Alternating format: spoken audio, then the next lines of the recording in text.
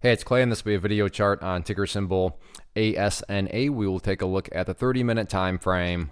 Real quick, what do I mean by 30-minute in case maybe you're new to charts? Instead of each one of these candlesticks here representing 1 day's worth of price action, which is what you would normally see, each one represents 30 minutes. So all this here may look like several days worth of time. It's actually today's price action broken down into 30-minute time slices.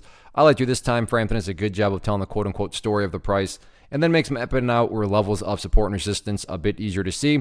Did this analysis on Thursday, so that is where the red and green line annotations are coming from. But after today's price movement, more updates need to be made once again. First thing I'm going to do is a little house cleaning, go ahead and get rid of that line. Sure, that level pertains, just not relevant anymore, and from a presentation standpoint, I don't want to risk causing clutter and confusion because there's lines everywhere. So let's try to keep this as clean as possible. First update that needs to be made comes about based on a foundational rule in charting, which states when levels of resistance are broken and closed above, you want to see them act as support. So right there at 31 cents is going to be what I would call the ideal level. And we say, hey, Clay, what would make this chart look the absolute strongest going forward? And that would be if the price can stay up there above 31 cents. Now, don't get me wrong, if the price falls below that level, that does not mean the entire chart is destroyed or ruined or anything like that. But yeah, if the price could manage to stay up above that level, that would definitely be a massive sign of power going forward.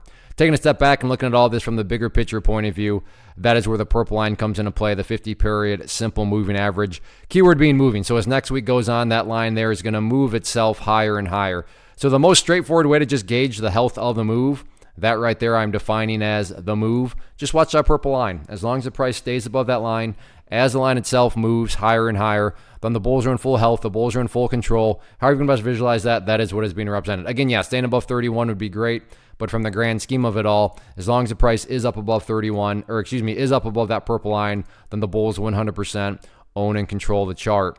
What about levels of resistance? Nothing new here to report, other than really just kind of confirmation. And I say confirmation because I talked about this 33-cent level in Thursday's video, and sure enough, that's right where the price got rejected. So I'm not saying the price can't break above it, just saying it makes sense why it does, and a good little illustration there of the power of technical analysis in charts. So 33 cents, public enemy number one going forward. All in all, though, very solid week, and as long as the price keeps on chipping away with those higher bases, that's what you want to see.